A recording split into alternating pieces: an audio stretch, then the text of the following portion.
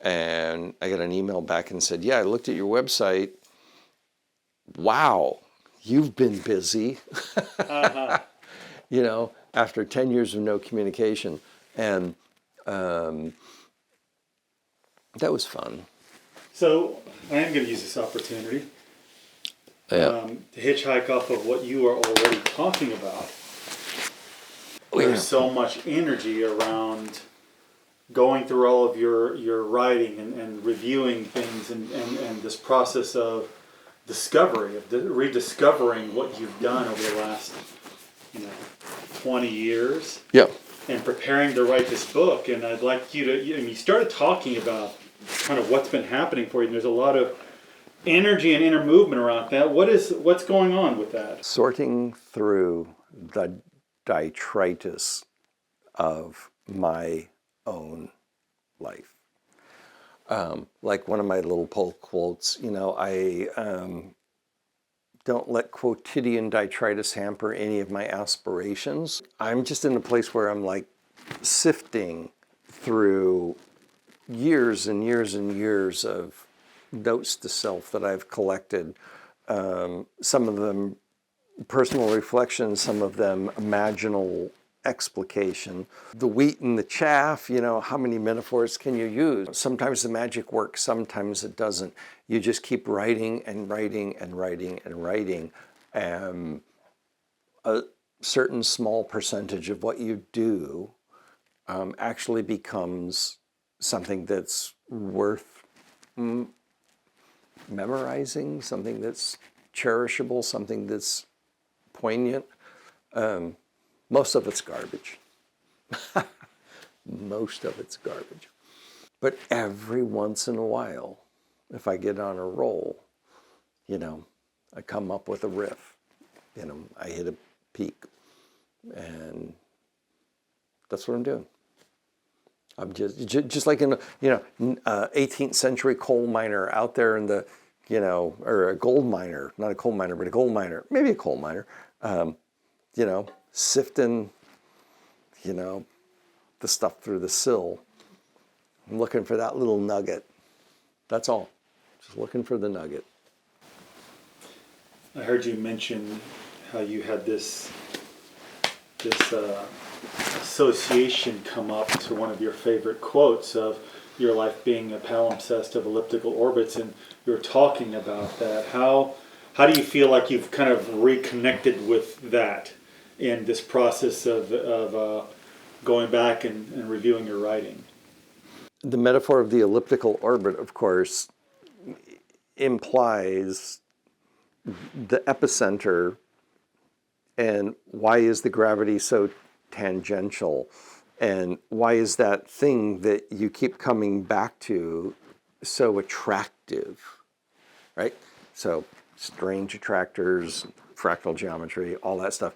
But what is it that keeps pulling the attention back? And that's what gets my attention. I think about this book that I'm about to release, and I'm thinking more of it now like a kaleidoscope. Like, the way a kaleidoscope works, you have like a handful of elements, but you can twist it and turn it, and it keeps drawing new pictures, but it's all based on the same information. But every time you turn it, you get a slightly different view of the way all of those elements interact. So the elliptical orbit and the kaleidoscope have that thing in common, that there's an epicenter. It's like James Clerk Maxwell, light and magnetism are two expressions of the same phenomenon. And that's the way I feel about the kaleidoscopic parts of my stories of my life and the elliptical orbits of the paths I've had to travel in order to collect all that data, to bring it into a package. That's the book I'm trying to make. Do you feel like there's a sense of, when you re-encounter that nugget, it's an eternal truth that kind of punctuates a certain narrative thread that's going throughout your life? When I hear the term eternal truth, All I can hear is all final decisions are made in a state of mind that will not last. So I don't know that I believe in eternal truth. I'm just fascinated by the curiosity that whether it's me or any other human being, can collect relative data about the experience that they've had and express it in a way that is meaningful to other people. For me, it goes more back to like if you tell the truth of your personal story, unfiltered, honestly, purely, then that message alone will touch other people and give them permission and encouragement to dip maybe a little deeper into their own story. That's not a universal truth. That's just human nature. For me, what rings true is that is the eternal truth, is when you actually reveal yourself in a very personal manner. It taps into something that is so oftentimes universally relatable. I'm interested in the expression of experience. I don't care about truth. I don't care about absolute, I am interested in the expression of human experience. And that's always open to discussion. There's experience, and all experiences are comparative. But if we're going to talk about truth, if we're talking about absolutes, and when it comes to absolutes, time and gravity are absolute in a sense. Light is absolute. Again, we're going back to Maxwell, light and magnetism are the expression of the same phenomenon. When it comes to human behavior, that's a way more complicated can of worms. And I'm not willing to take a stand on that. Well, as soon as we get to the thing of like the we and these grandiose philosophical concepts that are encompassing sociology, human behavior, the populace, I have no interest in being responsible for any of that. I am one individual living one life with one story. And to the degree that my one story and my ability to tell my one individual story may or may not relate to anything or anyone else, I'm not responsible for that. I'm only responsible for who I am. I am in no position to speak for anyone else or adhere myself to any grandiose philosophical blah, blah. I'm an artist.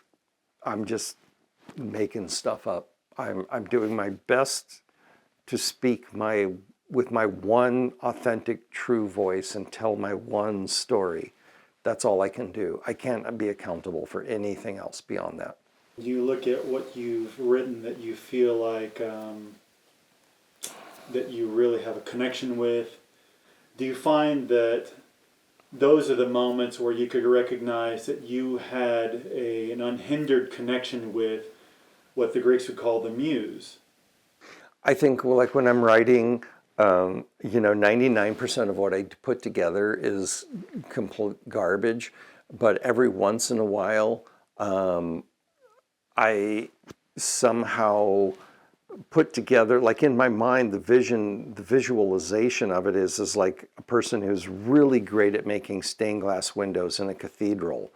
And all the little bits and pieces and the elements line up in harmony together and deliver an image that's self-contained out of all the little bits and pieces. That's kind of the way it comes to me in my mind. I have a thousand threads in my head going all at one time, and I, on a good day, bottleneck them down into that one beautiful stained glass window picture. And that's it. And maybe some light comes through it, and maybe somebody sees the image, and maybe that image that reflects to them relates to their own story. That's about it. What would you say feels important that is driving you to want to sift through all of this prior work and curate things that just feel, well, like what's the meaning and the importance of wanting to put all this and synthesize it into a book and present it?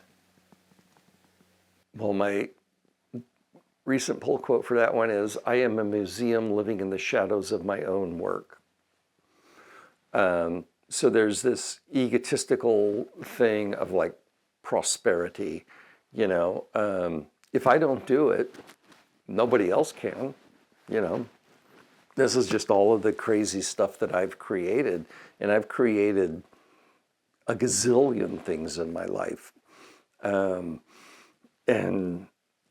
it's just a feeble attempt to pull together the thousands of things that have slipped through my fingers.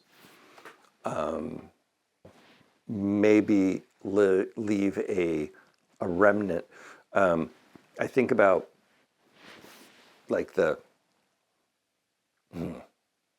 mural in my house that has a replica of the paintings of the caves of Lascaux, of the original, cave paintings, and the impetus to put one's hand on a wall 40,000 years ago and leave a print. That's my motivation. There's no literal direct translation of what that means. It's just a document of an experience. That's as close as we can ever get. And if you're communicating to people who are also in that alive, living world of having their own experience, then there's a relationship there. That's all I'm doing.